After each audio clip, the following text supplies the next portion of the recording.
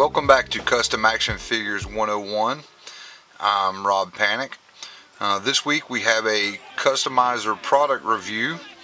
We're going to be reviewing the Aztek A470 Professional Series Airbrush from Testors.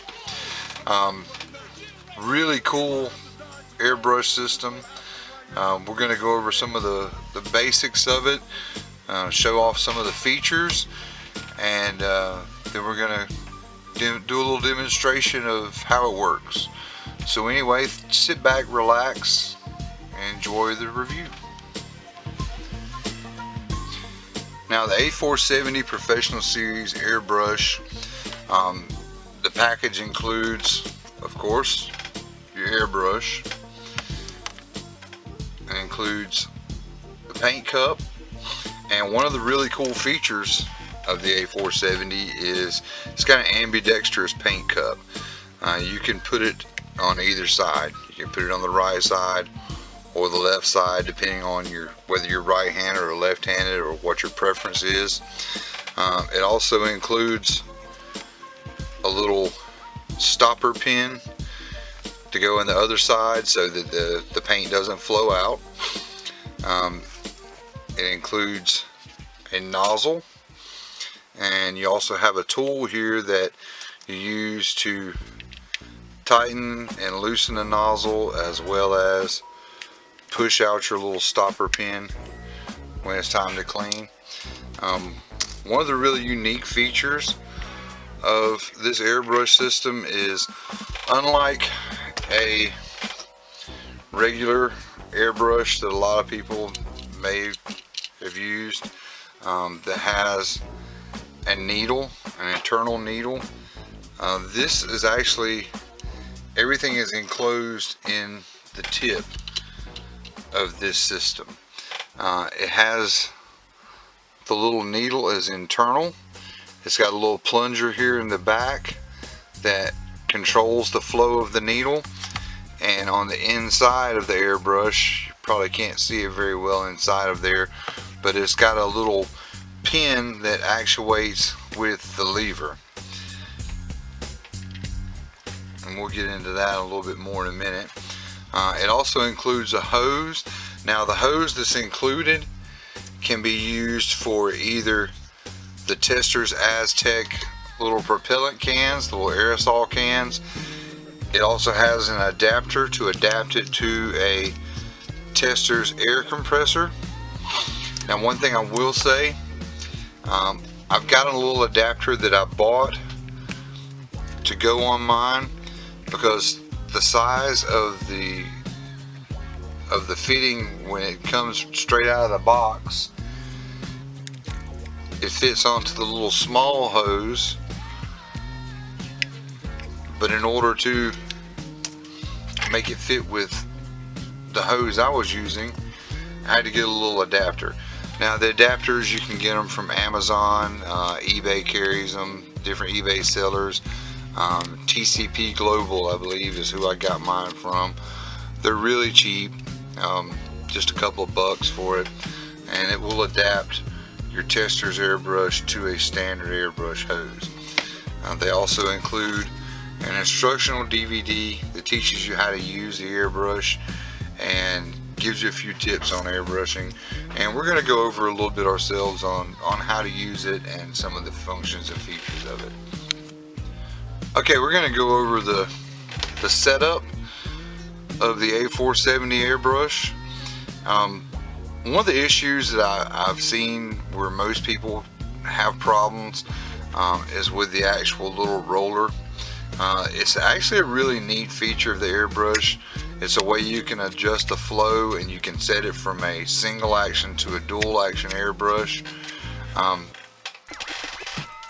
And the nozzle itself is where some people have problems.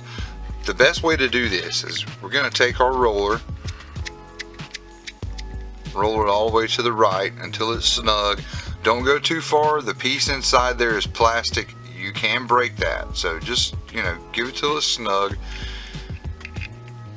Before you insert it, make sure your little needle actuator has got a good spring to it.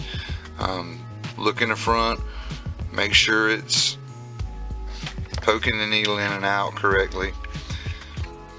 Then we're going to snug it down, and then from there we'll adjust it back over to the left. Take our little tool that comes with it and give it just a little turn just to snug it the rest of the way down. And then that'll have our needle set to where we want it to be. Then we're going to choose, whatever side you want the paint cup to be on. Put on our paint cup, put in our little plug, and we're ready to roll.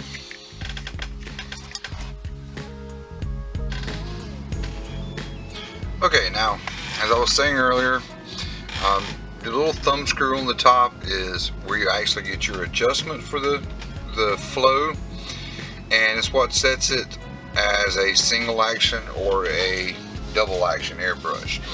Now, to get it as a single action, which makes it where all you have to do is push down on the trigger for airflow. See, as you can see now, we're pushing down, there's nothing coming out.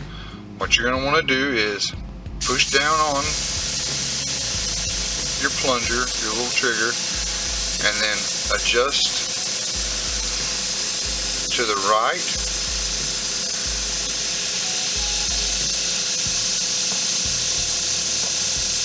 until you get paint. Once you get the amount of paint that you want coming out, then you're working as a single action. You can adjust the amount of paint with the trigger, with the little thumb roller to dial it back to get less paint flow, back to the right for more paint flow, and dial it into however whatever flow you want. Now, to set it back to a single action, we're going to scroll it all the way over to the right, back over to the left with the plunger pushed down.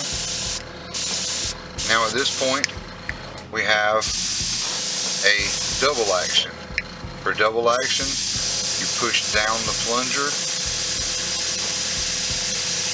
and pull back until you get your paint flow. And this gives you a little bit more precise control over how much paint you've got coming out, from a small amount all the way up to a large coverage. And you can adjust that using the little thumb screw for which, more sensitivity on your trigger. You can adjust it to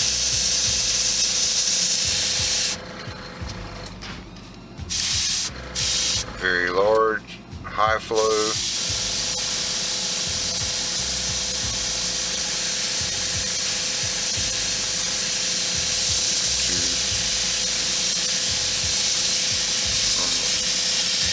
low flow all the way up to high flow for large coverage.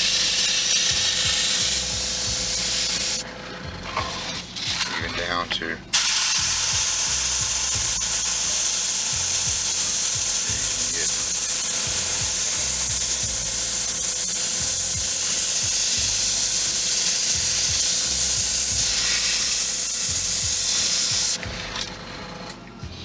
fairly fine detail with it. Now, a lot of the amount of detail you get is going to rely on the tip. The tip that comes with this kit is a .40. It is a medium tip. They have 9 different tips available. I'll put a listing of those in the description of the video, and I'll have them in the actual tutorial article. But the one that comes with it, it's a great overall, just for especially when you're doing an action figure for laying down a base color. This is a really good airbrush for doing detail work. If you want to do, you know, some camouflage detail on a vehicle, this tip works really well for that. For detailing out like a camo pattern.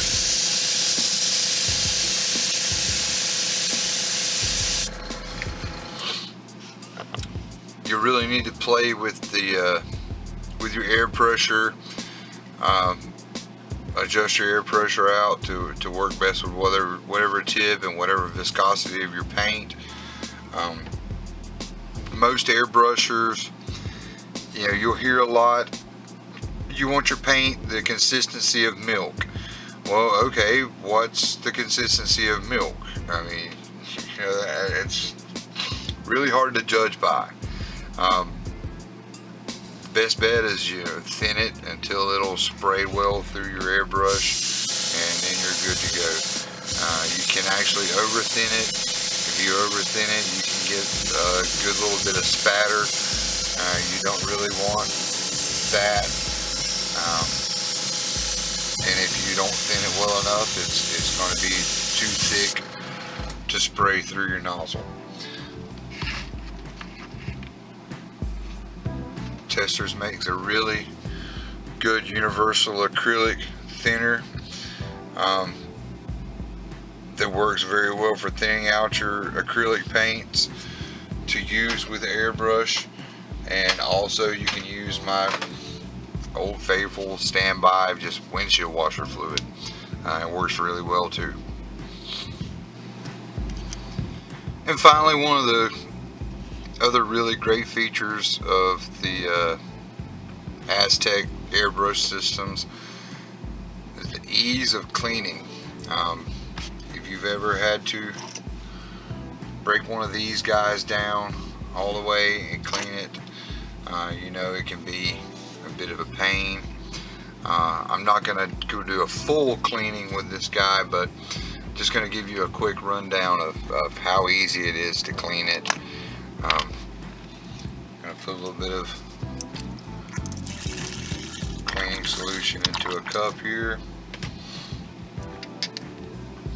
All you're going to do is remove your paint cup. Going to drop that guy in there. Let it soak for a few minutes. Then spray out any leftover paint into your cleaning cistern. Then from there, on the little side here, the nozzle of the Testors acrylic cleaner bottle fits right directly into it. Get it where you can see a little better here.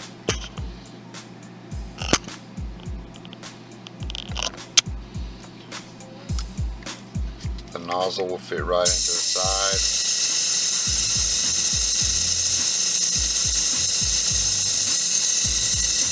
Spray it out.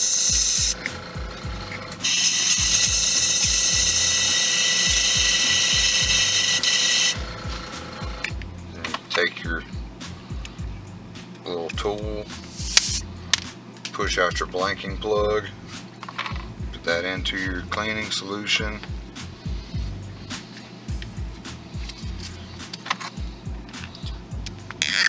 Unscrew your nozzle, put it into the cleaning solution.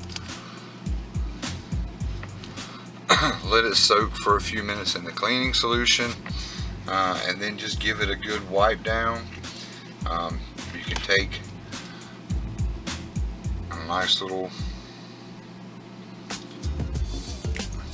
brush and brush out the hole in the cup.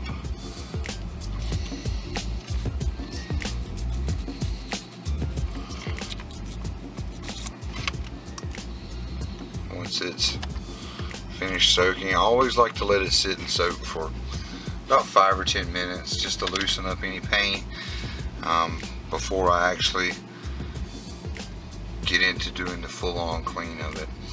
But it's really simple to clean. One of the best features of the airbrush system. And that's going to wrap it up for the Testors Aztek A470 professional airbrush. Overall, very good product, really easy to use, really easy to clean. The price point on this thing, the average retail is about a little over $100, anywhere from $100 to $105, which puts it at a comfortable place in between the low-end airbrushes and the really high-end airbrushes. It comes in at a happy in-between point there. But for the money, it's worth it. I mean, it's a really good system. It does exactly what it's supposed to do. You can find them at most online retailers. You can find them on Amazon. Walmart carries them. You can find them in store at Hobby Lobby. I believe Michael's has them. A lot of your local hobby shops will carry these guys. If they carry Testors paint, they can more than likely get one of these in for you if they don't have it in stock. So check them out. Definitely worth the money, because of the improvement that you're going to get with the finish on your action figures. You can't beat a good, nice airbrushed finish, especially for your base coat. You don't have any brush marks. Good even application of paint lets you put down nice thin layers, so that you can put down multiple layers and your paint adheres a lot better. Thanks for watching our review here on Custom Action Figures 101. Be sure to check us out on the forums at serpentorslear.info. You can check us out on the news site serpentorslear.com, and check us out on Facebook. We have our Custom Action Figures 101 Facebook group. Also check out my site, galacticplastics.net, and I'm on Facebook as well. And also be sure to check out my Facebook group, Custom Action Figures Tips, Tricks, and Trade. We're coming up on 2,000 members. We're actually about to have a really cool custom action figure contest for reaching 2,000 members. So check us out. Just send a join request, and I'll be glad to approve you and have you join us. Thanks again for watching. Give the video some love, like it, share it, and may the force be with you.